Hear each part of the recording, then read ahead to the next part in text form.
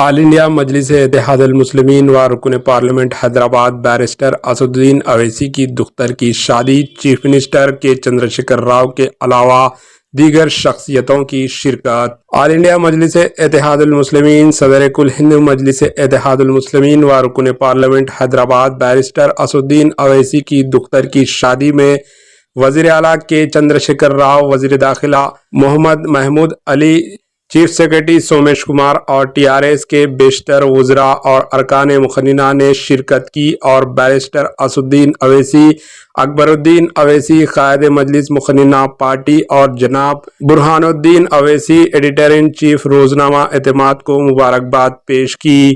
صدر مجلس barrister Asaduddin Owaisi M P کی دختر کی شادی جناب مرزا فہد احمد بیگ فرزند جناب مرزا ذیشان احمد کے ساتھ صدر مجلس کی قیامگاہ واقع شاستی پورم میں انجام پائی۔